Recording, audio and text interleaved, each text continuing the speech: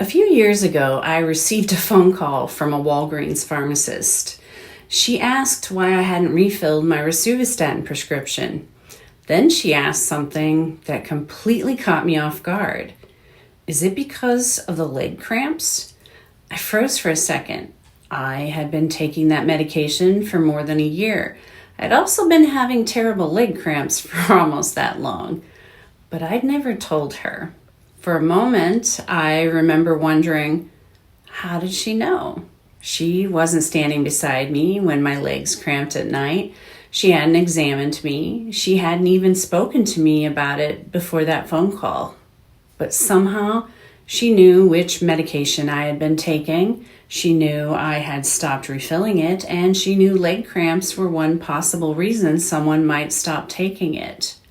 All those pieces came together before she ever picked up the phone.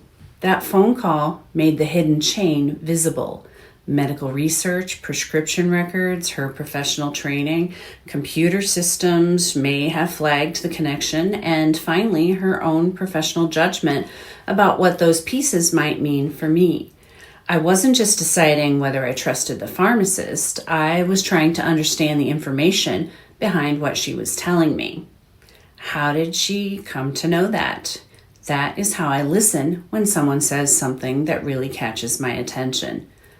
A doctor, a teacher, a pastor, a parent, a CEO, a news anchor, even a president. My brain starts asking, how did this person come to know that? That one question quietly changes the way I listen, because information rarely just appears. It usually takes a journey before it ever reaches us. From anyone, we stand American together. That phone call is exactly the kind of moment that prompts me to use what I call my 3 P's clarity method. First, I pause. Then I pinpoint truth. Finally, I proceed with purposeful forethought. This episode begins with pause. Most people think pause means stopping because we're skeptical. That's not really what I mean. Usually I pause because something has grabbed my attention and I can feel a reaction beginning. Relief, anger, excitement, fear. Sometimes it is even a sudden feeling of certainty. Those reactions aren't a problem. They're information. They tell me this matters to you, not this is true. So instead of reacting immediately, I treat that reaction as a flag. I give myself just enough space to ask one question. How did this person come to know that? Sometimes the answer doesn't matter very much. I can take a breath, notice my reaction, and continue on. But if what I'm hearing could shape an important belief, affect a decision, change what I do, or become something I repeat to someone else, then pause leads me to the next step, pinpoint truth. Because before I decide whether I believe what I'm hearing or what I should do with it, I want to understand where it came from. My emotions tell me something matters. They don't automatically tell me what's true.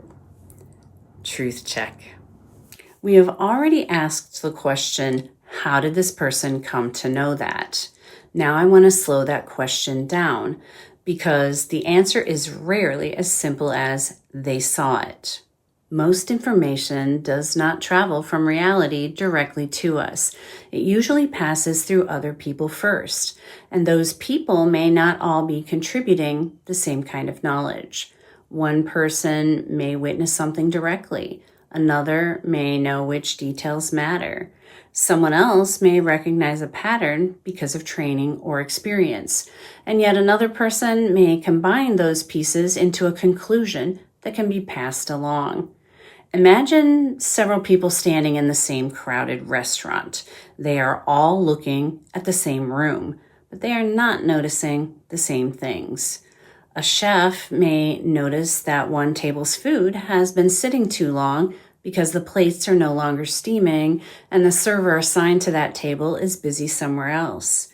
A parent may notice that a toddler near the door is covering his ears, turning away from the crowd, and becoming overwhelmed. Someone who uses a wheelchair may immediately notice that the path to the restroom has become too narrow to get through. And a fire inspector may notice that someone has stacked chairs in front of an emergency exit. Most of us simply see extra chairs. The inspector immediately sees a blocked emergency exit and what could happen if people suddenly needed it. Everyone is standing in the same restaurant, but each person's position, responsibilities, and experience allow them to notice something different. That does not automatically make one person right and everyone else wrong. It means each person may be carrying a different piece of the picture. Expertise can deepen that difference. Imagine a driver brings a car into a repair shop because it has started making a faint clicking sound. The driver knows exactly what she experienced. She knows when it happens, maybe only when she turns left or only during the first few minutes after starting the car. But she may not know what it means. The mechanic hears the same sound. Years of training help the mechanic notice details the driver didn't know were important and recognize what could be causing it. Later, the service manager explains the problem to the customer in everyday language. At each step, information has been interpreted, simplified, and passed along. That isn't necessarily a flaw, it's how specialized knowledge becomes useful to the rest of us. Something has been selected at every step. Something may have been interpreted, clarified, or even shortened. And yes, sometimes something may be misunderstood or left out, but information passed through people is not automatically a reason to distrust it. It's how most human knowledge becomes useful.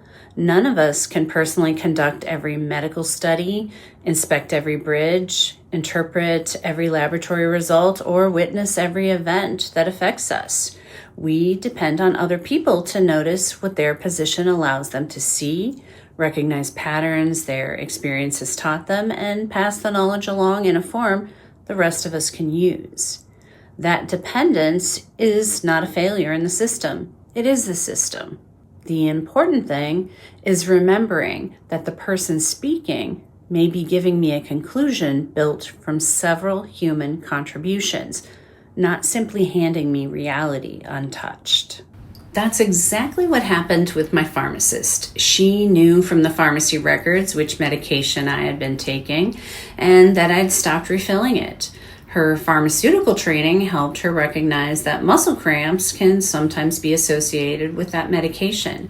That knowledge came from years of medical research and professional expertise that neither of us had personally gathered. When she asked, "Is it because of the leg cramps?" she wasn't guessing randomly. She was bringing together several different pieces of knowledge and using them as a thoughtful question. Each part of that chain added something I did not have alone. So when I say I listen more thoughtfully, I don't mean that I become suspicious of every person who speaks. I mean I listen for a few different things.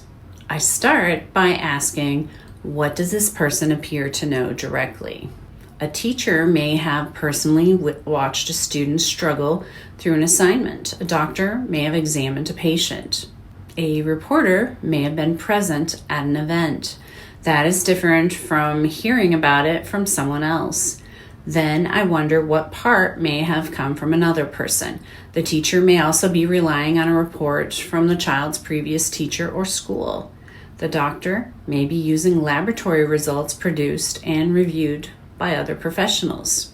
The reporter may be describing something learned from a witness who was standing closer. And finally, what training or experience helped this person I'm listening to interpret what they received? A teacher may recognize a reading pattern that a parent has noticed but cannot name. A radiologist may see meaning in a shadow on an image that looks like nothing to the rest of us. An experienced contractor may look at a crack in a wall and know whether it is probably cosmetic or a sign that the structure may be shifting. Those questions help me separate three things that can easily blur together: what the person personally observed, what information reached them through someone else, and what or whose knowledge they used to decide what it meant. Then I can ask one final question to wrap it all up. How much does understanding that chain matter for what I am about to believe, repeat, or do? Sometimes the chain gives me very good reasons for confidence. Sometimes it tells me I need another question. The goal is not to doubt everything. The goal is to understand why this information deserves the amount of confidence we are giving it. Those questions become even more important because some people work much farther away from the original event than others. As I ask myself, how did they come to know that? The farther someone is from the day-to-day work, the longer the information chain usually becomes. A teacher spends the day with students. A principal relies on many teachers. A superintendent relies on many principals. The same pattern exists in hospitals, businesses, and governments. Leaders rarely witness everything themselves. They depend on other people to gather information, interpret it, and communicate it back to them accurately. That doesn't mean leaders know less. It means they know differently. Their job usually isn't to personally gather every piece of information. That would be impossible. Their job is to decide which expertise, which evidence, and which people deserve their confidence. This changes the way I listen to people in positions of authority. When I hear someone speak confidently, I don't automatically assume they learned it firsthand. I quietly wonder what information chain brought that conclusion to them, because confidence tells me very little by itself. What matters more is understanding how that confidence was built. We often judge the confidence of the speaker, when what really deserves our attention is the information chain behind that confidence. Am I evaluating the information or simply borrowing the speaker's certainty? Truth check. This is where I think people sometimes make the process harder than it needs to be. My second step, Pinpoint Truth, doesn't always begin with opening a browser. Sometimes it begins with one honest question. How did this person come to know this? From there, other questions may naturally follow. Who would actually know it firsthand? Is this person describing something they experienced or something they heard from someone else? How many people might this information have passed through before it reached me? Sometimes the very first question gives me the answer I need. Other times it naturally leads to another question. Maybe I discover the person is speaking directly from their own experience. Maybe they're relying on someone with expertise I don't have. Or maybe they're repeating something, but I still don't know where it originally came from. Then I have another decision to make. How important is this information to the decision I'm facing? If the claim will not affect anything I believe, share, or do, I may not need to investigate it any further. But if it could affect my health, my money, an important relationship, or a decision I am about to make, then I probably need to trace that information chain a little farther. That might mean asking another question, checking the original source, comparing what several qualified people say, or opening another tab in my browser. Pinpoint truth doesn't mean researching everything. It means learning enough for the importance of the decision you're trying to make. Not every claim requires the same level of investigation, but the more a claim could affect what we believe or do, the more important it becomes to understand where it came from. Truth check. But eventually every investigation reaches a point where I have to decide what to do with what I've learned. Proceed with purposeful forethought doesn't mean waiting until I know everything, because that day never comes. It means asking, based on what I know now, what's the wisest next step? Sometimes I have enough confidence to move forward. Sometimes I move forward while recognizing I may learn something later that changes my mind. And sometimes the wisest next step isn't moving at all. Maybe I ask one more question. Maybe I wait a little longer. Maybe I decide I'm not comfortable repeating this yet.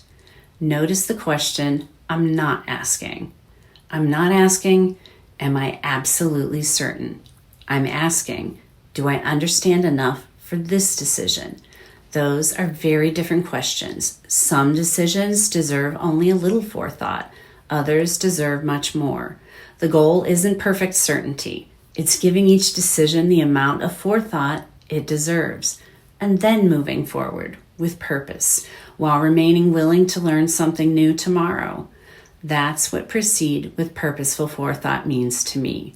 It's recognizing when I know enough to take the next responsible step while staying open to learning more later. Wisdom isn't just knowing when to keep investigating. It's also knowing when it's time to act. Truth check. The phone call with the pharmacist reminded me there are information chains everywhere. Sometimes I trace them one step farther. Sometimes I trace them several steps. And sometimes I realize I don't need to keep going at all. I've seen enough to understand how this person came to know what they're saying, and that's enough for the decision I'm trying to make. Other times, I discover the chain isn't as strong as it first appeared, so I keep looking. The goal isn't tracing every piece of information back to the beginning of time. It's understanding enough to know how much confidence I should place in the information in front of me before I decide what to do with it. I'm curious, has asking how did they come to know that ever changed how you thought about something someone told you? What happened? I'd love to hear your experiences. This week, pick one claim that matters to you. Before accepting it or rejecting it, spend just 1 minute asking, how did this person come to know this? You may discover one question is all you needed. This channel isn't about censoring or forcing people to agree. It's about slowing down long enough to really listen, understand different perspectives, and approach discussions with thoughtful reflection. Together, I welcome different views, I really do, but respect matters here. If you disagree, explain why. If you see it differently, share your perspective. Here, our differences are strengths, and they're starting points for deeper understanding, not weapons. And if you'd like a little extra help shaping your reply, I've linked my 3 Ps in Action comment edition in the description. It's the same process I use myself to pause, pinpoint truth, and proceed with purposeful forethought. Don't worry about reading all this here. The full list of sources is in the description and on my site, american-together.com. I share them because checking sources matters just as much as checking headlines. The next time someone tells you something with complete confidence, you don't have to decide immediately whether they're right or wrong. You can pause and ask, how did they come to know that? The answer may strengthen your confidence in what you're hearing. It may show you where the chain becomes uncertain, or it may confirm that you already know enough for the decision in front of you. Because the goal isn't following every chain forever. It's understanding enough to know when you've learned enough to proceed with purposeful forethought. Hit the thumbs up, share this with a friend, and join the conversation in the comments. Together, we're not just watching, we're building something. And don't forget to subscribe so you don't miss future episodes. I'm really glad you are here. Remember, pause, pinpoint truth, proceed with purposeful forethought. Join the conversation. See you next time.